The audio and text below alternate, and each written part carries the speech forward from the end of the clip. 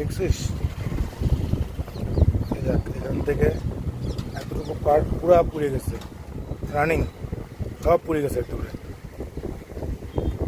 এই যে নিচের পার্ট, নিচের এই যে এইটার পার্ট, উপরের পার্ট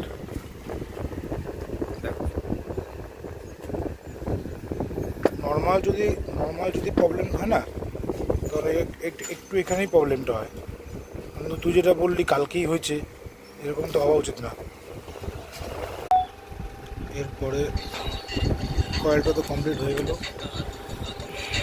যে কয়েলটা দেখতে পেলেন একটু আগে পুড়ে গেছিলো, ওটাকে নতুন করে আবার রিওয়াইন্ডিং করা হয়ে গেছে, কমপ্লিট। এটা এখন বার্নিশ হবে, এই প্রসেসিং, লুপ, ব্যান্ডিং সব কিছু হওয়ার পরে তারপরেই এটা কয়েলটা সেট হবে ফ্যানের সঙ্গে।